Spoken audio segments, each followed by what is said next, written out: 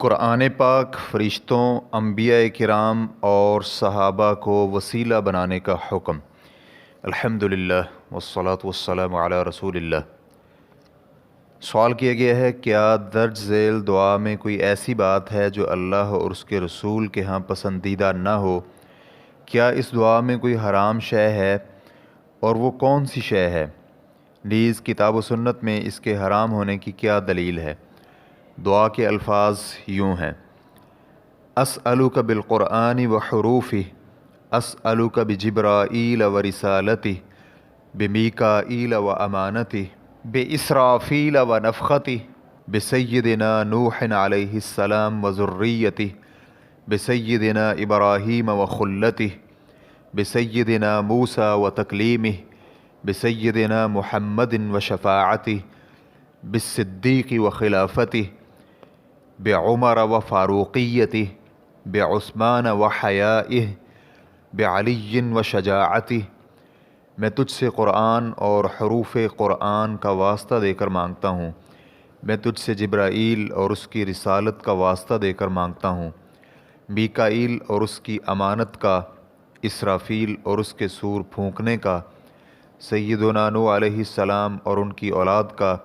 سیدنا ابراہیم اور ان کے خلیل ہونے کا، سیدنا موسیٰ اور ان کے کلیم ہونے کا، سیدنا محمد اور ان کی شفاعت کا، صدیق اور ان کی خلافت کا، عمر اور ان کی فاروقیت کا، عثمان اور ان کی حیاداری کا، علی اور ان کی شجاعت کا واسطہ دے کر مانگتا ہوں۔ الجواب بعون الوہاب۔ سائل نے وسیلے کی کئی اقسام ذکر کی ہیں جنہیں 4 قسموں میں تقسیم کیا جاتا ہے۔ سب سے پہلے قرآن کریم کا وسیلہ، دوسری قسم نبی علیہ السلام کا وسیلہ، تیسری قسم فرشتوں اور انبیاء کرام پر مشتمل نیک لوگوں کا وسیلہ، اور چوتھی قسم ایسی ہے جس کا معنی سمجھ میں نہیں آتا۔ پہلی قسم، قرآن مجید کا واسطہ دے کر دعا کرنا جائز ہے، کیونکہ یہ اللہ تعالیٰ کو اس کی صفات کا واسطہ دینے سے تعلق رکھتا ہے، اور اللہ تعالیٰ کی صفات کا واسطہ دینا شرعی طور پر جائز ہے۔ اس کی دلیل صحیح مسلم کی روایت نمبر 2202 اور سنن ترمذی حدیث نمبر 2080، جس میں عثمان بن ابو العاص رضی اللہ عنہ بیان کرتے ہیں کہ رسول اللہ صلی اللہ علیہ وآلہ وسلم کا فرمان ہے: اللہم بعلمک الغیب وقدرتک علی الخلق احینی ما علمت الحیاة خیرا لی وتوفنی اذا کانت الوفاة خیرا لی۔ یا اللہ، میں تیرے علم غیب جاننے اور مخلوق پر تیری قدرت کا واسطہ دے کر تجھ سے دعا مانگتا ہوں کہ مجھے اس وقت تک زندہ رکھنا جب تک تیرے علم میں میرے لیے زندگی بہتر ہو، اور مجھے اس وقت اپنے پاس بلا لینا جب وفات میرے لیے بہتر ہو۔ اس روایت کو امام احمد نے مسند احمد حدیث نمبر 265 جلد نمبر 30 میں روایت کیا ہے، اور اسے مؤسسہ رسالہ کے محققین نے صحیح قرار دیا ہے۔ اس کے علاوہ بھی اللہ تعالیٰ کی صفات کو وسیلہ بنانے کے شرعی دلائل موجود ہیں۔ اسی طرح کلام بھی اللہ تعالیٰ کی صفت ہے، اور قرآن مجید اللہ تعالیٰ کا کلام ہے، چنانچہ قرآن کریم کو وسیلہ بنانا جائز ہے۔ یہی وجہ ہے کہ سلف صالحین میں سے امام احمد وغیرہ نے یہ دلائل دیے ہیں کہ اللہ تعالیٰ کا کلام مخلوق نہیں ہے۔ ان کے دلائل میں نبی علیہ الصلاۃ والسلام کا یہ فرمان بھی ہے کہ جس میں آپ علیہ الصلاۃ والسلام فرماتے ہیں: اعوذ بکلمات اللہ التامات، میں اللہ تعالیٰ کے تمام کلمات کی پناہ چاہتا ہوں۔ سلف صالحین کا کہنا ہے کہ نبی علیہ الصلاۃ والسلام نے اللہ تعالیٰ کے کلام کی پناہ طلب کی ہے، اور مخلوق سے پناہ طلب نہیں کی جاتی۔ مزید کے لیے آپ دیکھ سکتے ہیں قاعدۃ جلیلۃ فی التوسل والوسیلہ، جلد نمبر 1 صفحہ نمبر 297۔ ابن عثیمین رحمہ اللہ فرماتے ہیں، قرآن کریم کے وسیلے سے دعا کرنا جائز ہے، یعنی کہ انسان اپنے رب کو اس کی صفت کلام کا واسطہ دے، اور قرآن کریم جب اللہ تعالیٰ کی صفت ہے کیونکہ یہ حقیقی طور پر اللہ کے الفاظ ہیں جس کے معنی اس کے ارادہ و منشا کے مطابق ہیں، چنانچہ یہ اللہ کا کلام ہوا، اور جب قرآن اللہ کی صفات میں سے ایک صفت ہوا تو اس کا توسل بھی جائز ہوا۔ دوم، نبی علیہ الصلوۃ والسلام کی ذات کو وسیلہ بنانا، وسیلے کی یہ قسم بعد کے لوگوں میں بہت زیادہ معروف ہے۔ عام طور پر لوگ کہتے ہیں یا اللہ میں تجھ سے محمد صلی اللہ علیہ وسلم کا واسطہ دے کر مانگتا ہوں، یا کہتے ہیں یا اللہ میں تجھ سے محمد کی جاہ کا واسطہ دے کر مانگتا ہوں، اور ایسی کوئی حدیث نہیں ہے جس میں اس قسم کے وسیلے کا جواز موجود ہو، بلکہ اس قسم کے وسیلے کے متعلق ابو حنیفہ اور ان کے شاگردوں کا موقف یہ ہے کہ یہ جائز نہیں ہے۔ انہوں نے اس قسم کے موقف سے روکا ہے کیونکہ ان کا موقف یہ ہے کہ مخلوق کا واسطہ دے کر نہیں مانگا جا سکتا، اور کسی کے لیے یہ جائز نہیں ہے کہ وہ کہے میں تیرے انبیاء کرام کے حق کا واسطہ دے کر تجھ سے مانگتا ہوں۔ علامہ ضیلعی حنفی رحمہ اللہ تبیین الحقائق جلد نمبر 6 صفحہ نمبر 31 میں کہتے ہیں، ابو یوسف رحمہ اللہ کہتے ہیں میں اس بات کو مکروہ تحریمی سمجھتا ہوں کہ کوئی شخص انبیاء اور رسول کے حق کا واسطہ دے کر اللہ سے مانگے، کیونکہ اللہ سبحانہ و تعالیٰ پر کسی کا کوئی حق نہیں ہے، جیسے کہ کاسانی رحمہ اللہ نے بدائع الصنائع جلد نمبر 5 صفحہ نمبر 126 میں اس بات کا اظہار کیا ہے۔ شیخ ابن عثیمین رحمہ اللہ کہتے ہیں اہل علم کے راجح موقف کے مطابق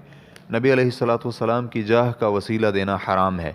اس لیے کہ کسی انسان کے لیے یہ کہنا جائز نہیں ہے کہ یا اللہ میں تیرے نبی کی جاہ کا واسطہ دے کر تجھ سے مانگتا ہوں،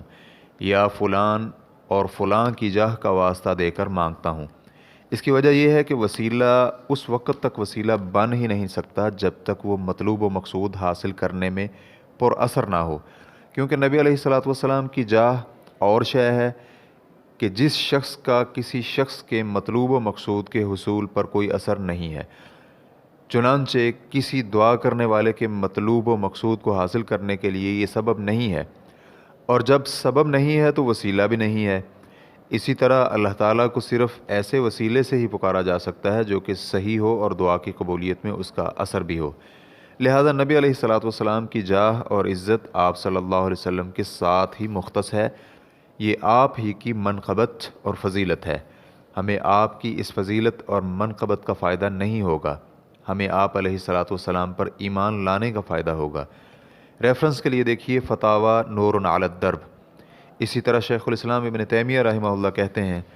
اگر کوئی یہ کہے کہ یا اللہ میں تجھ سے تیرے نبی کے واسطے سے مانگتا ہوں، اور یہ کہ اس جملے سے میری مراد یہ ہے کہ یا اللہ میں تجھ سے تیرے نبی پر اپنے ایمان اور ان سے اپنی محبت کا واسطہ دے کر مانگ رہا ہوں، اور اپنے ایمان اور محبت کو وسیلہ بنا رہا ہوں، تو اس کا کیا حکم ہے؟ آپ نے تو ذکر کیا ہے کہ ایسا معنی مراد لینا جائز ہے، اس میں کوئی اختلاف نہیں ہے۔ تو اس کے جواب میں کہا جائے گا کہ جو شخص اپنے اس جملے میں مذکورہ معنی مراد لیتا ہے تو وہ صحیح ہے، اس میں کوئی اختلاف نہیں ہے۔ لہٰذا اگر بعض سلف جیسے کہ بعض صحابہ، تابعین اور امام احمد وغیرہ سے نبی علیہ الصلوۃ والسلام کو وسیلہ بنانے کی عبارات منقول ہیں تو انہیں اسی معنی پر محمول کیا جانا اچھا ہے، اور اس معنی کو مد نظر رکھیں تو اس مسئلے میں کوئی اختلاف ہی نہیں بچتا۔ لیکن مسئلہ یہ ہے کہ عام طور پر عوام الناس اس جملے کو مطلق رکھتے ہیں اور اس جملے سے مذکورہ معنی مراد نہیں لیتے، تو ایسے لوگوں پر ہی رد کرنے والوں نے رد کیا ہے۔ اس کے ساتھ ساتھ صحابہ اکرام آپ علیہ الصلوۃ والسلام کی دعا اور شفاعت کو وسیلہ بنانا جائز سمجھتے تھے، یہ بلا اختلاف جائز ہے، لیکن ہمارے زمانے کے بہت سے لوگ اس جملے سے مذکورہ معنی مراد نہیں لیتے۔ ریفرنس کے لیے دیکھیے قاعدۃ جلیلہ صفحہ نمبر 119 سوم، مخلوق کو وسیلہ بنانا یہ شرعی طور پر ناجائز اور گناہ ہے، عرف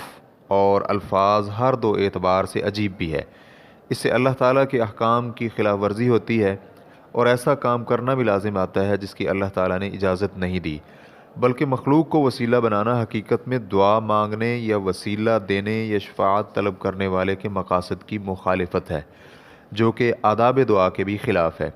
شیخ الاسلام ابن تیمیہ رحمہ اللہ کہتے ہیں اور ایسے شخص کو سفارشی بنانا جس نے سائل کی شفاعت ہی نہیں کی اور نہ ہی سائل کے لیے اس نے کچھ مانگا ہے، بلکہ اسے سائل کی حاجت کا بھی علم نہ ہو، تو یہ لغوی اعتبار سے شفاعت یا وسیلہ نہیں ہے، بلکہ ایک عقل مند اپنے کلام سے واقف شخص بھی اسے شفاعت اور وسیلہ نہیں سمجھے گا۔ ریفرنس کے لیے دیکھیے مجموع الفتاویٰ جلد نمبر 1 صفحہ نمبر 242۔ اسی طرح ایک اور جگہ پر کہتے ہیں اگر کوئی کسی بڑی فرما روا شخصیت سے کہے فلاں شخص آپ کا تابعدار ہے، میں اس کی تابعداری کا واسطہ دیتا ہوں اور آپ اس کی تابعداری کی وجہ سے اس شخص کے ساتھ محبت کرتے ہیں، لہٰذا میں اس محبت کا واسطہ دیتا ہوں۔ فلاں آپ کا بہت بڑا تابعدار ہے جس کی وجہ سے اس کا آپ کے ہاں بہت بلند مقام ہے، میں اس مقام کا آپ کو واسطہ دیتا ہوں۔ تو یہ ایک عجیب سی بات ہوگی جس کا مانگنے والے سے کوئی تعلق ہی نہیں جڑتا۔ بالکل اسی طرح اللہ تعالیٰ کا ان مقرب افراد کے ساتھ احسان اور ان مقرب افراد کی بندگی اور اطاعت کے باعث اللہ تعالیٰ کی ان سے محبت کا معاملہ ہے۔ ان کی اللہ سے اس محبت، بندگی اور اطاعت میں وسیلہ دینے والے کی قبولیت دعا کا موجب بننے والی کوئی شے نہیں ہے۔ قبولیت دعا کا موجب بننے والی بات یہ ہے کہ دعا کرنے والا خود کچھ اسباب پیدا کرے، خود ان کے نقش قدم پر چلے،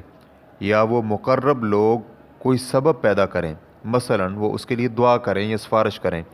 چنانچہ اگر نہ دعا کرنے والا قبولیت کے اسباب پیدا کر رہا ہے اور نہ ہی وہ مقرب افراد کوئی اسباب پیدا کر رہے ہیں تو قبولیت دعا کا کوئی بھی سبب نہیں ہے۔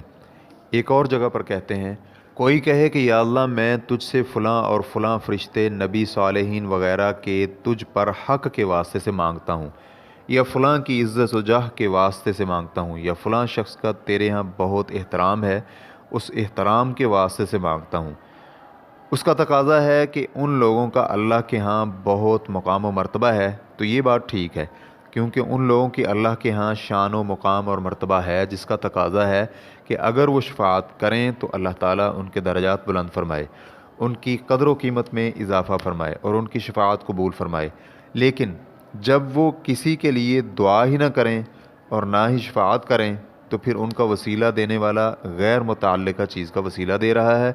جو کہ اس کے فائدے کا سامان نہیں کر سکتا۔ ایک اور جگہ شیخ الاسلام ابن تیمیہ رحمہ اللہ کہتے ہیں، اللہ تعالیٰ کسی مقرب کی تکریم فرماتا ہے تو اس کا مطلب یہ نہیں ہے کہ اللہ تعالیٰ اس مقرب کا وسیلہ دینے والے کی دعا بھی قبول فرمائے، لیکن اگر کوئی یہ کہے کہ مقرب کی ذات وسیلہ نہیں ہے بلکہ اس کی دعا اور اللہ تعالیٰ کے سامنے سفارش ہے تو پھر ٹھیک ہے۔ اگر وہ مقرب اس کے لیے شفاعت کرے اور دعا مانگے تو یہ درست ہے، لیکن اگر اس مقرب شخصیت نے دعا ہی نہیں کی اور نہ ہی سفارش کی ہے تو پھر وسیلہ بننے کا کوئی امکان نہیں ہے۔ علامہ امام شیخ الاسلام ابن تیمیہ رحمہ اللہ نے اس مسئلے پر تشفی بخش تفصیلی گفتگو کی ہے جو کہ ان کی کتاب قاعدۃ جلیلۃ فی التوسل والوسیلہ میں موجود ہے۔ چہارم، سائل نے اپنے سوال میں سور پھونکنے، نوح علیہ السلام کی اولاد، صدیق کی خلافت اور شجاعت علی وغیرہ کا ذکر کیا ہے جو محض سجا کلامی ہے۔ یہ الفاظ کہتے ہوئے معنی کو نہیں دیکھا گیا کیونکہ اس کا کوئی معنی بنتا ہی نہیں ہے اور نہ ہی مکمل توجہ اور دھیان سے دعا کرنے والے کی زبان سے ایسے الفاظ صادر ہو سکتے ہیں، کیونکہ نوح علیہ السلام کی اولاد قبولیت دعا کا سبب کیسے بن سکتی ہے، حالانکہ ان میں مسلمان، کافر، نیک اور بد سب موجود ہیں۔ صدیق کی خلافت، علی کی شجاعت، عمر کی فاروقیت یا عثمان کی حیاداری بلکہ ابراہیم علیہ السلام کا خلیل اللہ ہونا دعا کی قبولیت کا باعث کیسے ہو سکتا ہے؟ بلکہ ابراہیم علیہ السلام کے خلیل ہونے سے اس دعا گزار کا کیا تعلق؟ اس بلند مقام و مرتبے سے اس کا کیا لینا دینا؟ حقیقت میں یہ سنت کی مخالفت کا نتیجہ ہے اور خود ساختہ دعاؤں کو اپنانے کا خمیازہ ہے۔ اس میں سجا کلامی کے ذریعے تکلف کیا گیا ہے اور اس مقام پر یہ وجہ بھی معلوم ہو جاتی ہے کہ دعا میں پرتکلف سجا کی ممانعت کیوں ہے۔ ابن بطال رحمہ اللہ کہتے ہیں، سجا کلامی میں تکلف اور مشقت ہوتی ہے جو کہ اللہ تعالیٰ کے سامنے گڑ گڑانے اور اخلاص کے منافی ہے۔ حدیث میں ہے کہ بے شک اللہ تعالیٰ کسی غافل اور فضول کام میں ملوث دل کی دعا قبول نہیں فرماتا، اور اپنی دعا میں سجا کلامی کی کوشش کرنے والے کا ہدف مسجع کلام ہوتا ہے، اور جو شخص دعا کرتے ہوئے اپنی فکر و سوچ کو مشغول کر دے تو اس کا دل غافل اور فضول چیزوں میں مشغول ہو جاتا ہے۔ ریفرنس کے لیے دیکھیے شرح صحیح البخاری جلد نمبر 10 صفحہ نمبر 97۔ واللہ تعالی اعلم۔ اسلام کیو اے ریکارڈنگز، مؤسسۃ الشیخ محمد صالح المنجد، المملکۃ العربیۃ السعودیہ، فتویٰ نمبر 220340۔ والسلام علیکم ورحمۃ اللہ وبرکاتہ۔